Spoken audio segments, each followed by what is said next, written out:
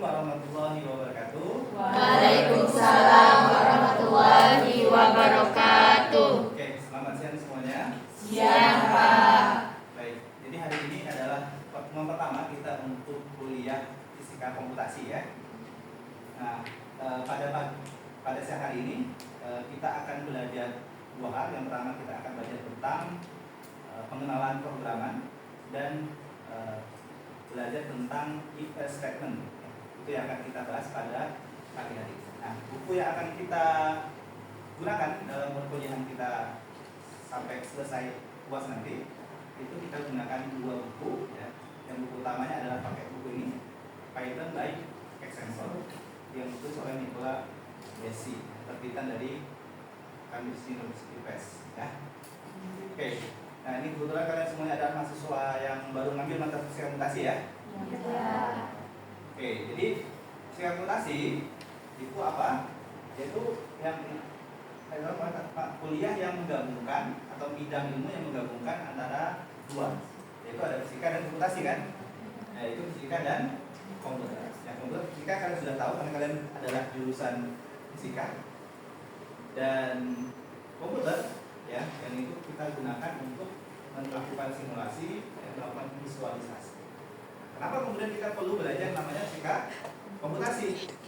Setidaknya ada dua alasan. Yang pertama adalah nanti itu akan membantu kita dalam menyelesaikan masalah-masalah fisika yang rumit. Nah, kalau kita dapat integral ya, integral yang susah misalnya, integral sinus, cosinus, integral cos kuadrat, pangkat 3 misalnya.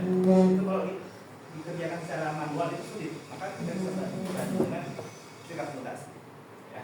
Nah, yang kedua itu bisa kita gunakan untuk membuat simulasi atau virtual lab dalam pembelajaran fisika. Nah, kalau kalian skripsi nanti kan bisa gunakan misalnya PET simulation.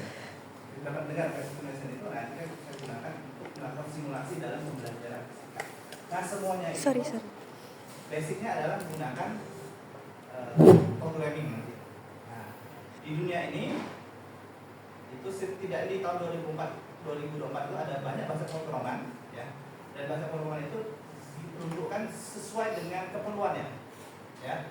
Nah, ini yang paling terkenal adalah atau paling sering dipakai saat ini adalah Python, itu nomor pertama, dan ini yang akan kita pelajari sampai UTS ya, untuk pelajaran pemrograman Python ini sampai UTS. Nanti setelah UTS ya, yang dilakukan oleh Pak Musa ya, nanti kita akan menyampaikan tentang bagaimana aplikasi Python dalam fisika itu sendiri. Jadi kita sebelum UTS ini kita belajar tentang bagaimana cara melakukan belajar tentang programming menggunakan bahasa Python. Ya. Nah, ini adalah bahasa yang paling utama adalah bahasa Python, kemudian Java dan seterusnya. Nah, ini sesuai dengan kebutuhan dan kita sudah terbiasa dengan yang namanya programming, meskipun kita tidak bersentuhan langsung dengan codingannya itu enggak. Karena pakai HP itu semuanya adalah bahasa pemrograman. HP ya, HP Android itu biasanya pakai Java.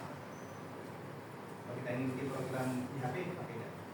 Kalau kita ingin bikin di web, ya kayak PET simulation atau kita sakuntan itu biasanya basicnya itu menggunakan bahasa biasanya bahasa PHP itu bisa kita dipakai. Ya. Python juga bisa digunakan untuk web programming. Ya. Jadi serah. Atau juga saat kalian membuka Tokopedia ya, membuka Shopee, itu kan biasanya ada rekomendasi mau beli apa gitu ya, produk-produknya. Nah, itu mereka biasanya menggunakan Python untuk mengolah data-data, kemudian ditampilkan kira-kira apa yang Anda sukai. Nah, secara umum ini tadi sudah saya jelaskan ya, Python fungsinya adalah untuk web, data science ya, atau AI, artificial intelligence ya. Java itu biasa untuk buat tadi aplikasi Android ya. JavaScript, nah biasanya kalau buat untuk supaya tampilan web kita lebih dinamis. Nah, PET simulation tadi yang disebutkan itu pasti pakai JavaScript ya. C++ nama ini biasanya dipakai untuk membuat aplikasi Windows, PHP dan seterusnya ya. Nah, ini bahasa pemrograman yang ada di dunia dan kita cukup pakai satu bahasa yang akan kita pelajari pada perkuliahan. Nah, kemudian kenapa kita harus belajar bahasa Python? Nah, kenapa orang suka pakai Python? Nah, jawabannya ini yang pertama adalah Python itu mudah dipelajari. Jadi semua orang bisa belajar bahasa Python Python. Kemudian komunitasnya besar, jadi banyak orang-orang yang, karena banyak orang berarti otomatis dia komunitasnya besar. Jadi kalau kita ada kesulitan apa-apa gitu ya, ketika kita nulis ternyata salah programnya, kita bisa menggunakan atau mencari komunitas untuk bertanya, gitu ya. Dan ini bisa dipakai di berbagai platform, bisa pakai Windows, bisa Linux, bisa macOS juga bisa ya. Atau tadi pakai HP, Jupyter ya tadi ya, kita bisa pakai aplikasi itu untuk menggunakan atau menjalankan program vektor. Dan ini banyak digunakan di berbagai keperluan untuk data science, ya, artificial intelligence, untuk pengembangan web dan sebagainya. Nah, bagaimana pertama kita akan coba menjalankan bahasa Python, ya. Nah, tadi semuanya sudah menginstal ya aplikasi Python, sudah semua ya? Sudah. Oke, sip. Nah, yang pertama kita lakukan, kita langsung jalankan idle Python, ya. Kita buka Python ya, cari di sini Python ya, langsung kita jalankan. Oke. Nah, oke. Oh, bukan yang ini ya, sorry. Kita cari yang satu. Python yang ini ya, yang putih. Nah, oke. Nah, kemudian di situ kita, setelah itu saat kita buka, kita lanjutkan. Misalnya kita mau bikin program apa misalnya. Nah, pertama kita coba dulu bikin tulisan hello world, gitu ya. Hello world. Kemudian kita tulis saja seperti ini. Oke, ini saya close dulu. Oke, gimana ya? Ini ya. Oke, file new file ini ya. Print. Kelihatan ya? Tidak kelihatan ya? Oh, oke, berarti saya harus stop dulu. Oke, saya scan dulu ya ini. Nah, ini ya. Nah, ini tapi kalimatnya apa? Print halo dunia. Jadi harus seperti yang ada di situ. Bisa halo dunia. Langsung kita jalankan. Kita kasih nama program satu lah namanya. Oke, sekarang halo. Udah jalan ya. Jadi dalam program pertama kita halo dunia. Silakan langsung dicoba sana nanti di HP atau di laptopnya masing-masing ya. Ini yang berikutnya kita coba modifikasi sedikit ya aplikasi kita untuk memasukkan user, input dari user, misalnya nama dan umur ya. Oke, nama dan umur. Input nama ya sama dengan input dalam kurung siapa nama. Oke, lalu kita jalankan ya. Belum selesai nih. Setelah kita meminta orang memasukkan nama, kita perintahkan komputer untuk menampilkan nama yang dia tulis tadi atau yang dia inputkan tadi. Selamat datang.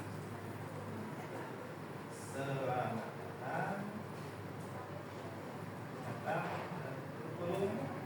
Kita tampilkan nama.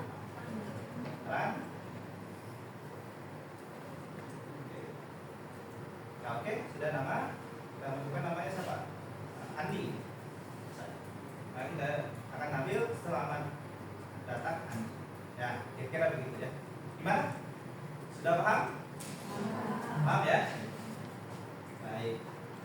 Kalau umur, nah hati-hati kalau umur, karena umur itu adalah menggunakan bilangan, ya. Maka kalau menggunakan bilangan kita harus hati-hati karena dia menggunakan bilangan, jadi kita memberi namanya pakai integer. Ya. Oke, integer input berapa umur Anda? Karena kalau tidak kalian kasih integer, nanti dia dikira itu adalah tulisan. Nah, tulisan berarti nanti otomatis kalian masukkan itu angka, dia akan bingung. Komputer itu akan bingung. Maka perlu kita tunjukkan ke komputer ini adalah bilangan yang saya masukkan. Kita print.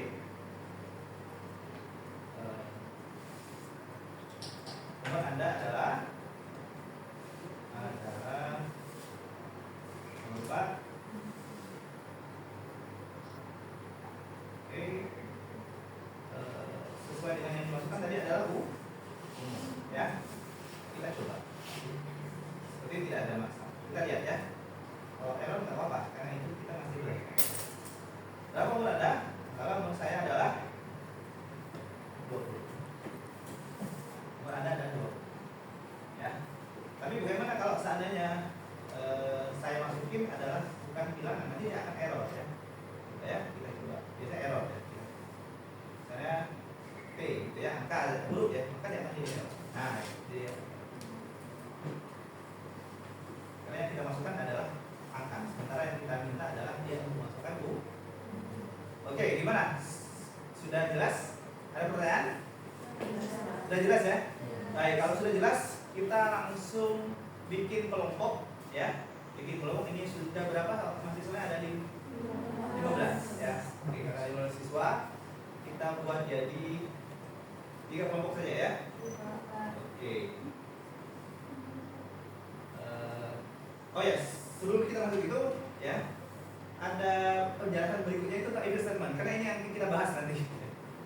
Nah, apa itu if statement ya? Itu adalah salah satu ini harusnya adalah struktur kontrol dalam program yang digunakan untuk pengambilan keputusan dalam kondisi tertentu. Nah, ini biasa kita gunakan dalam sehari-hari. Ya. Misalnya tadi hujan kan? Dan jika hujan maka saya tidak ke, tapi tadi ke kampus ya. Artinya, atau contoh lainnya, jika saya sehat maka saya akan datang ke kampus. Jika tidak sehat maka saya istirahat di rumah. Nah, itu kan bisa kita pakai dalam kehidupan sehari. Kondisi tertentu saat kita melakukan sesuatu. Sebagai contoh misalnya saat membuat KTP. Nah, KTP itu ada syaratnya kan? Berapa syarat untuk membuat KTP? 17 tahun. Ya, 17 tahun. Nah, misalnya umur Anda sudah 15. Kemudian kita cek ya, apakah jika umur lebih dari 17 tahun maka Anda boleh membuat SIM. Kalau dia kurang dari 17 S, ya berarti S, maka dia Anda belum cukup untuk membuat SIM.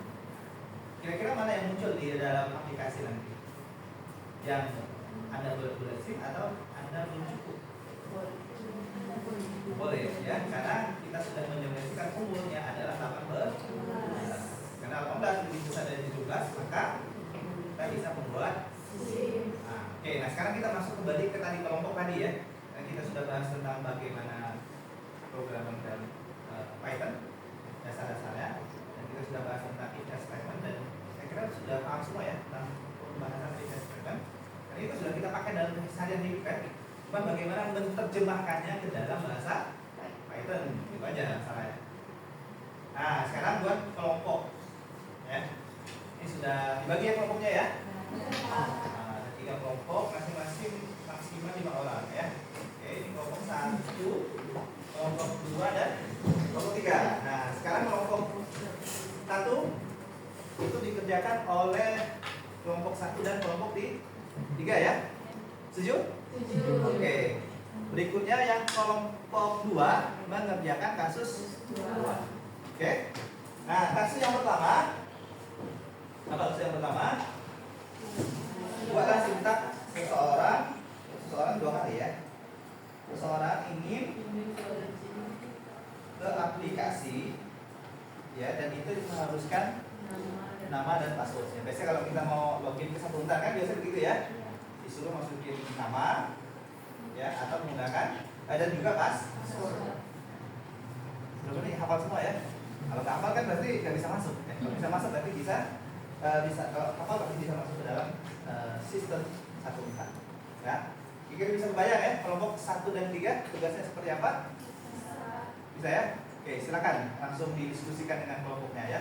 Saya kasih waktu kira-kira ya mungkin 3 menit aja cukup ya. Ini sambil saya nanti menginstruksikan untuk kelompok 2 kasus yang kedua ya. Oke. Silakan didiskusikan kelompok 1 dan kelompok 3. Oke, kemudian kelompok 2 yang mana ini ya? Oke, kelompok 2 silakan. Saya catat di sini ya. Kelompok 2 buatlah sintak ya seorang konsumen bank saat menarik uang. Ya, ini kan semuanya pasti punya ATM semua ya? Iya, Pak. Punya ATM semua. Nah, punya ATM. Saat kita masuk ATM ya, kita biasanya kan mau ngambil uang tuh ya, mahasiswa apalagi mau belanja, mau ngapain kan? Nah, di situ kita saat mengambil uang itu kan apa namanya? Saat kita akan tarik tunai ya. So di mesinnya itu akan menanyakan berapa yang mau kita ambil, ya kan? Berapa misalnya? Mau ngambil 200, 300 misalnya. Untuk hidup seminggu misalnya ya. Nah, nanti di mesin akan menghitung, mengecek saldo yang kalian masukkan, input yang angka yang kalian masukkan itu akan dibandingkan dengan saldo yang kalian miliki di bank itu. Nah, kalau dia nggak cukup, apa yang terjadi? Ya, dia pasti nolak, akhirnya kan nggak mau banknya rugi kan, artinya ditolak. Lalu kemudian kalau uang kalian cukup, berarti kalian ngambilnya kurang dari uang atau minimal sama gitu ya. Kalau sama otomatis uang kalian habis kan. Kalau uang kalian cukup, ya artinya uang yang kalian tarik dengan uang saldo kalian lebih kecil yang uang yang kalian tarik, maka otomatis bisa diproses. Dan kalian tampilkan saldo akhir kalian setelah kalian ambil. Gitu ya. Oke? Bisa? Oke, silakan diskusikan. Oke. Nah,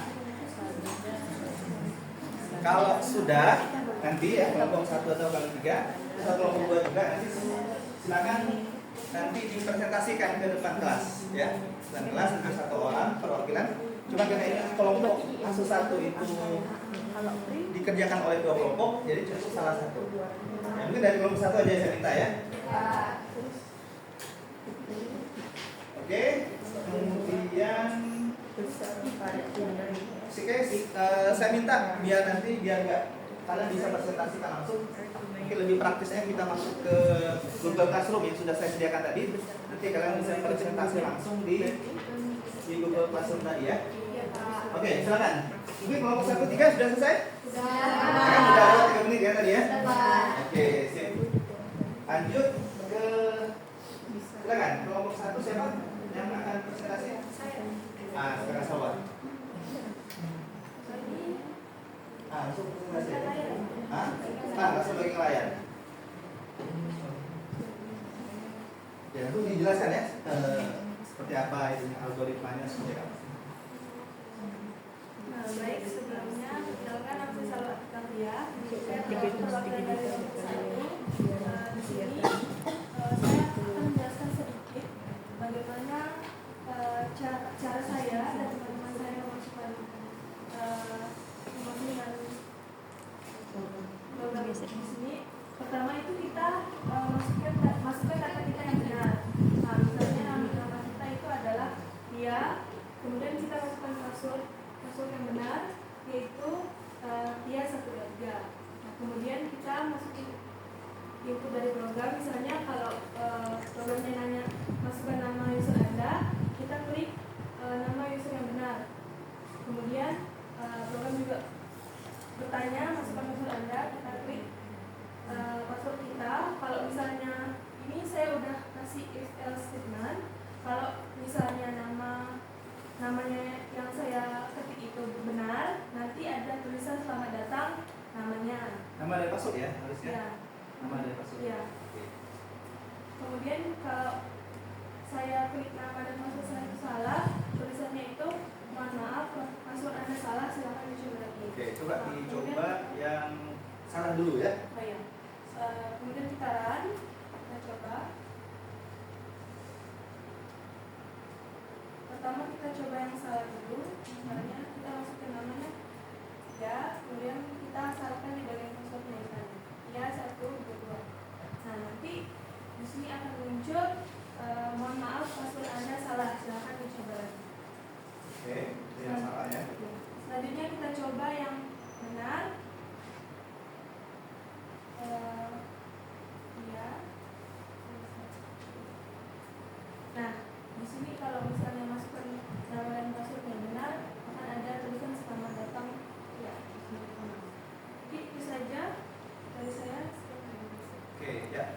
sekali untuk kelompok 1 sudah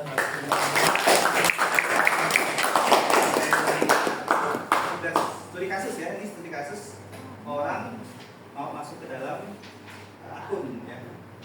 Jika dia akunnya benar, akun dan password ya, nama dan username dan password. Kalau benar bisa masuk ke dalam sistem. Kalau salah satu di antaranya baik user atau passwordnya salah, maka dia tidak bisa masuk ke dalam sistem. Ya. Oke, berarti itu kasus pertama sudah kita kerjakan kelompok 1. Sekarang kita tadi kelompok 2. Kelompok 2 gimana? Sudah selesai diskusinya? Oke, silakan gabung ke Google Classroom. Udah gabung ya? Coba. Tadi dia ngapain? Kasusnya adalah mengambil ATM ya? Ngambil ATM gua. Mengambil satu ATM. Kalau ngambil ATM mencuri namanya. Ayo silakan. Oke. Untuk pemrograman yang kami rencanakan itu jika usernya mempunyai uang di bank itu sebesar 2 juta, maka kami input di sini, kami tuliskan saldo itu sama dengan 2 juta.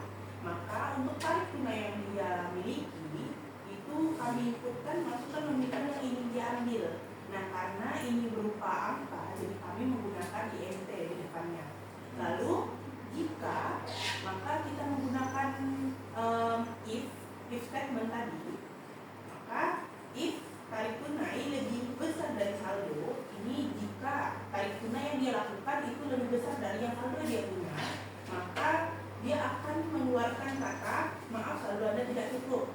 Sedangkan jika dia menggunakan saldonya itu lebih kecil atau sama dengan yang saldo yang dia punya, maka itu akan keluar terima kasih transaksi berhasil, saldo Anda tersisa, yaitu saldo sama dengan tarik tunai, saldo dikurang tarik tunai itu maka saldo yang tersisa. Jadi akan kami coba. Jangan dulu ya. Kan yang bagian yang tidak cukup dulu ya, salah dulu lah ya. Oke. Misal kita mengambil 3 juta. Uangnya tadi berapa? 2 juta. Oke, berarti uangnya 3 juta yang mau diambil 2 juta. Maka akan keluar maaf saldo Anda tidak cukup. Oke, saldo tidak cukup. Oke, jadi nggak bisa diambil ya? Ya. Uangnya sekarang coba yang bisa diambil uangnya. Jadi saat dia saldonya kurang, saat tarik tunai kurang dari saldo, di close saja. Di close dulu.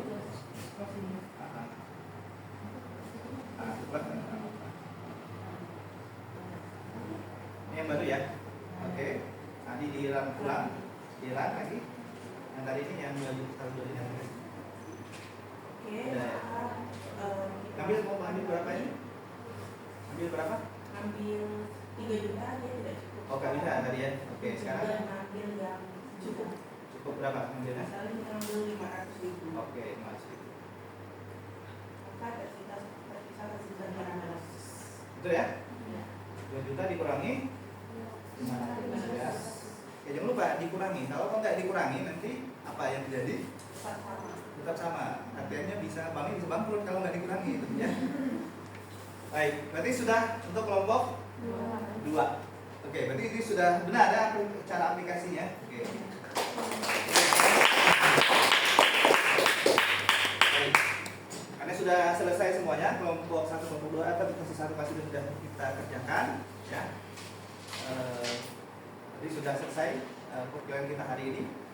Dari apa yang sudah kita diskusikan pada hari ini, kira-kira ini yang belum kan kelompok 3 ya. Silakan kelompok 3 untuk menyimpulkan apa yang sudah kita diskusikan pada perkuliahan pada hari ini. Baik Pak, saya dari kelompok 3 menyimpulkan. Jadi Python itu adalah bahasa pemrograman tingkat tinggi yang populer dan serbaguna. Nah, untuk Python ini banyak digunakan dalam berbagai bidang seperti pengembangan web, ilmu data, otomatisasi, dan pengembangan game. Nah, if else statement itu adalah sebuah pernyataan kondisional mendasar yang digunakan untuk pengambilan keputusan dalam pemrograman. Nah, if else statement ini memungkinkan eksekusi blok kode tertentu tergantung pada kondisinya, yaitu benar atau salah. Sekian, terima kasih Pak. Ya, oke, sudah sekali itu kesimpulannya. Terima kasih.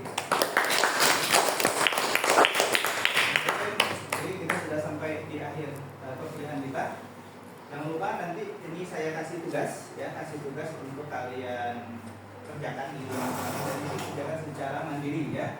Mandiri, nanti silakan buka buku yang tadi, buku Nicola Lesi ya, Python the example itu coba kalian buka di bab 1 itu kerjakan soal nomor 1, 2 dan 3 ada 3 soal di situ ya, silakan kerjakan nanti minggu depan dikumpulkan via sebentar ya. Untuk sebelum ya, silakan. Oke, sampai sini ada yang ingin didiskusikan? Ada yang ditanya nggak maksud saya? Sudah jelas ya? Baik, kalau sudah jelas berarti saya kira cukup untuk perkuliahan hari ini. Terima kasih atas kehadirannya dan atensinya.